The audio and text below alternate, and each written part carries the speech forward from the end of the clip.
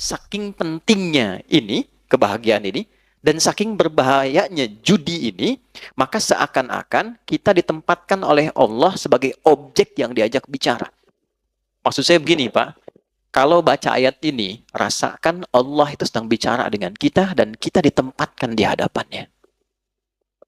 Anda sekarang kasau, Panglima, ya kan?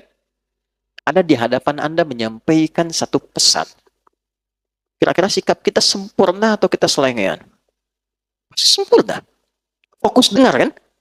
Ayat ini berkata, ketika ayat ini dibacakan, rasakan diri kita ada di hadapan Allah dan Allah sedang berbicara kepada kita. Karena itu para ulama tuh suka menyampaikan pesan begini. Saya ingat sekali guru saya mengatakan, nah kalau baca Al-Quran itu, rasakan nih surat dari Allah turun untuk kamu. Lewat Nabi Agung Nabi Muhammad SAW. Jadi enak Pak, saat baca Ad-Duha kita lagi sedih, rasanya ayatnya turun buat kita. Wad-Duha, demi kesuksesan dan kenyamanan yang kau rasakan seperti menerima cahaya Duha. Wal-Laili idza saja, atau sekarang engkau sedang punya masalah besar, merasa gelap seperti gelapnya malam. Ma wadda'aka rabbuka wa ma qala. Yakinkan pada hatimu yang paling dalam, aku tidak akan pernah meninggalkanmu dalam suasana engkau suka atau duka. Kalau ngaji kayak gitu, setiap ayat itu ada maknanya, Pak, Bu. Nah, tentang judi ini, kita diposisikan oleh Al-Quran seakan-akan kita ini di hadapan Allah sedang diberikan sebuah pesan yang dalam. La'allakum tuflihun. Aku pengen engkau tuh bahagia. Adi, aku pengen engkau tuh sukses. Nah, jalan yang menghambat engkau bahagia dan sukses, apapun pekerjaanmu, salah satu perbuatannya ini, judi. Tapi yang jadi masalah, yang saya highlight, bukan kata tuflihunnya. Kata ini la'allakumnya. Di gramatikal bahasa Arab, la'allakum itu masuk kepada bentuk namanya taraji. Sesuatu yang ingin diharapkan, tapi tidak mudah mencapainya kecuali dengan kesungguhan. Apa artinya? Bapak Ibu masih ingat saat puasa kemarin? Kan di ujung ayatnya pakai la'allakum. Al-Baqarah 183. Ya ayyuhalladzina amanu kutiba alaikumus kama kutiba alal ladzina min qablikum la'allakum tattaqun. Kenapa pakai la'allakum? Karena tidak semua orang yang puasa itu bisa takwa kecuali serius menjalani puasanya. Oke? Nah, tidak semua orang yang pengen kebahagiaan dan kesuksesan bisa dapat itu kecuali serius untuk menjalaninya. Anda kalau pengen serius karir di sini Koopsud, serius tunaikan tugas Anda. Tunaikan dengan profesional, secara proporsional, cintai pekerjaan, Anda lebih dekat kepada kesuksesan. Tapi pertanyaannya, kenapa ayat ini disandingkannya dengan maisir, judi? Karena ternyata, kalau orang sudah ditawarkan dengan sifat-sifat itu, tidak mudah kita bisa menghindari dan meninggalkannya. Ini poinnya. Ini penghambat kebahagiaan, tapi tidak mudah untuk bisa menghindarinya jika sudah ada tawarannya. Nih Pak, gampangannya gini ya Pak ya. Ini ada 20.000, Bapak Ibu sekalian. Simpan sini. Ada peluang Anda dapat 20 juta dengan 20.000. Ada peluang dapat 20 juta. Kira-kira nih, kalau ada orang mengatakan demikian saat ini, Pak, Bapak simpen aja nih 20.000 Pak. Ada peluang, walaupun peluangnya 2/10. Dari 10 itu ada 2% Pak, ada di situ. Tapi mungkin Bapak yang dapat. Cuma 20.000 kok nggak ada apa-apanya. Bapak taruh 20.000, dapat 20 juta. Kalau Anda tiba-tiba punya 20.000 di kantong itu, ditawarkan 20 juta dengan tawaran tadi, pilihannya, saya tanyakan, Anda simpan 20.000 itu untuk bertaruh, atau Anda tinggalkan itu? Tidak dijawab, artinya nggak mudah kan? La'allakum tuh. Karena nggak mudah, Pak. Nah, judi itu sifatnya begitu, dan itu dimanfaatkan betul dalam konteks sekarang. Karena sifat manusia apa? Kecenderungan manusia ketika dominan nafsunya, dia melihat mana yang paling banyak kuantitasnya. Dia nggak lihat kualitas. Jadi di nafsu manusia itu ada kecenderungan yang mendapatkan banyak. Contoh gampang nih, ini ada prasmanan misalnya ini. Bapak pengen makan banyak atau sedikit? Umumnya banyak. Kan? Kalau gajian pengen banyak atau sedikit? Pasti banyak. Kalau bonus pengen banyak atau sedikit? Banyak. Lalu di hadapan Anda ada yang mengatakan, taruh 10.000, Anda berpeluang dapat 100 juta. Aktiflah sinyal pengen banyak itu. Itulah yang dimaksud la'allakum. Nggak mudah tuh mengatasi ujian demikian. Dulu masih manual, masih offline. Semua datang, kamu punya apa? Ini, punya apa ini? Saking terkuasainya ketika aktif nafsu ini, akuanya tertekan, maka semua yang dominan itu penguasaan nafsu. Dan sifat nafsu tidak ada yang baik. Dulu saking dominannya, Bu, yang dipertaruhkan sampai istrinya, yang dipertaruhkan sampai anaknya, yang dipertaruhkan bahkan sampai kedua orang tuanya. Sekarang yang dipertaruhkan tabungan anaknya, yang dipertaruhkan tabungan istrinya, nggak tanggung-tanggung, yang dipertaruhkan tabungan rekan-rekan seperjuangannya. Kebayang? Kenapa? Karena aktif bagian sinyal tadi. Itulah yang disebut maisir. Kelihatannya gampang dapat, tapi ada tipuan dan kotoran di dalamnya. Maksud Quran itu apa? Ini extraordinary crime. Jangan coba-coba masuk ke wilayah ini, ya, karena konsekuensi dari ini semua, ini mencakup semua ya.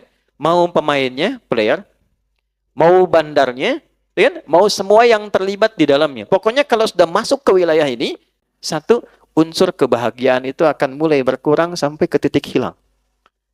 Bahagia itu sama dengan tenang. Tenang lawannya apa? Gelisah. Jadi orang yang judi, hal pertama yang dia dapatkan dalam hatinya kegelisahan.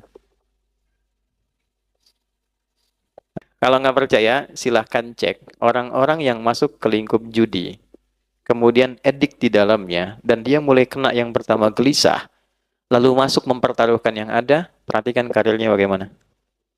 Itu yang kemarin, 800 sekian juta. Lihat dampaknya kepada karirnya. Selesai. Pengabdiannya tidak dilihat. Pertaruhan nyawanya sebagai abdi negara. Selesai semua, Pak.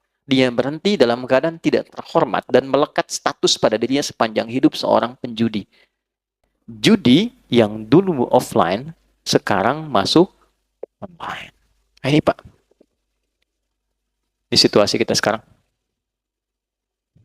Nabi sudah wanti-wanti 15 abad yang lalu. Terjadi percepatan digital, waktu semakin cepat, dan kejahatan polanya berpindah.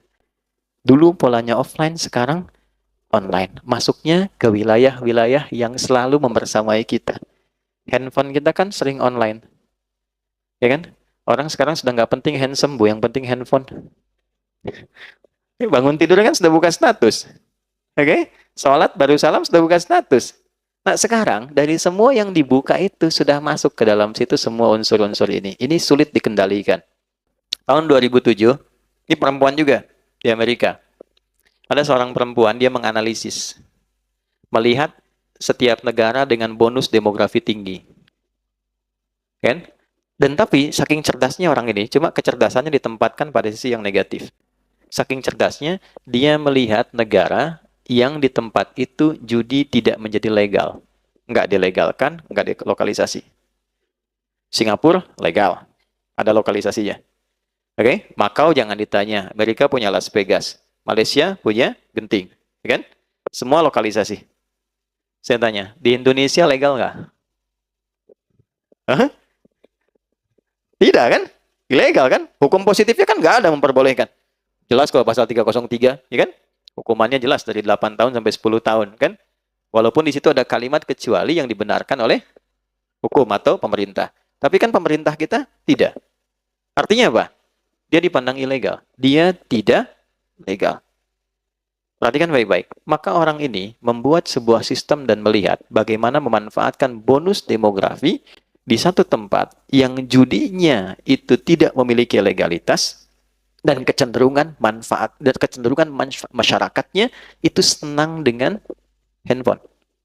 Dan dia temukan kesimpulan bagaimana membuat sebuah sistem judi yang polanya khusus masuk ke wilayah ini yang bisa dikendalikan dari jauh karena online. Jadi bikin dari luar, Pak. Bikinnya dari luar, tapi nanti pengguna-penggunanya IP-nya bisa ada di dalam. Ya, yang diberikan gampang. Dia nggak bikin yang besar-besar. Yang besar sudah ada. Roulette, yang kasino. Ya, orang-orang ini mainnya nggak di tempat kayak gitu.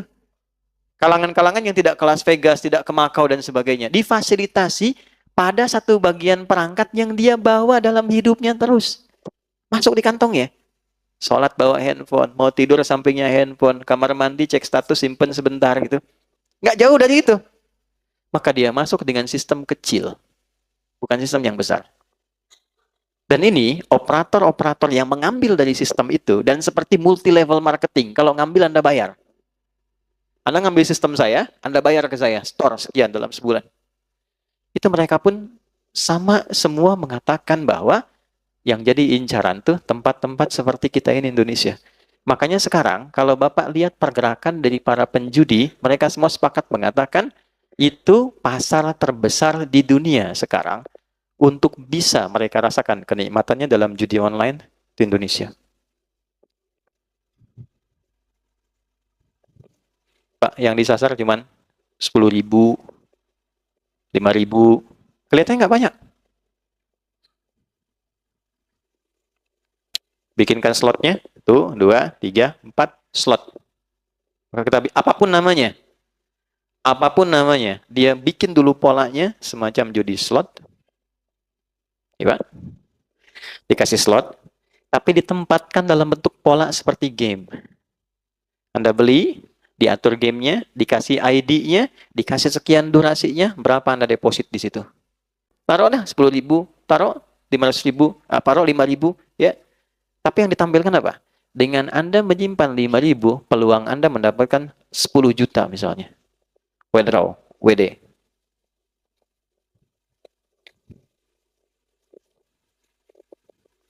Pak, 5.000 itu berapa persen sih Pak dari pendapatan? Anda dapat 5 juta, keluar 5.000, berapa persen? Cuma 1% kan? Dianggapnya biasa kan Pak ya? Biasa tuh maksud saya sedikit kan? Gampang kan? Gampang keluarnya. Maisir, gampang. Maisir yang dianggap ringan, receh. Receh 5.000 ini. Kalaupun hilang nggak apa-apa. Kan? Ya. Nah ini hati-hati. Walaupun kelihatan cuma 5.000, tapi dampaknya ini Pak. Ya, ada kegelisahan. Gelisah nih. Kalau sekarang dapat, udah setannya aktif, CS-nya juga WA, masuk lagi, besoknya aktif lagi, aktif terus begitu. Sampai tak terasa habis berapa. Kalau main 5-6 kali Pak, yang ketujuh dikasih menang dulu. Ini pengakuan dari admin. 5-6 kali dalam sehari, misalnya pagi masuk lagi, siang deposit lagi, sore deposit, sampai malam orang tahajud ini deposit, dikasih menang. Jadi dia cerita ke teman, kamu tahajud dapat apa? Saya main game dapat uang, kamu tahajud dapat apa? Itu bisa begitu. 7 kali dikasih sekali, nanti besoknya dipertaruhkan yang dia dapat semalamnya itu. Selesai. Makanya di dunia orang-orang judi, pengakuan bandar sampai sekarang, orang paling bodoh itu orang yang ikutan slot katanya. Kenapa? 10 orang ikut. Naruh masing-masing 1 juta. Misal. Jadi berapa? 10 juta. Diputar Pak. Uang ini begitu masuk, ini kan peluangnya itu kan paling sampai 10-20%. Artinya 1 orang sampai 2 orang. Sekali putaran gitu ya. Begitu masuk, bandar judi itu udah ngambil Pak, Ibu. Diambil sama dia tuh minimal itu 70-80% ya. Jadi kalau Bapak naruh 10 orang ini, naruh uang masing-masing 1 juta, ini sama dengan ngasih ke bandar. Bandar, nih kasih. Sama bandar diambil 8 juta. Yang dia putar 2 juta. Ini 2 juta itu dia kembalikan ke 10 orang ini. Supaya diputar, supaya mereka saling berbagi untuk dapat. Dikasih harapan. Nanti kalau nggak dapat, naruh lagi aja. Siapa tahu Anda. Itu sama dengan kalau kita masih bisa berpikir, mana ada Pak, orang ngasih ke situ cuma buat dikasih, 10 masuk, kita suruh perbutin 2 juta. Itulah slot. Nggak ada satupun orang ikut judi itu bisa jadi kaya. Itu mustahil. Karena judi itu bukan tempat sedekah.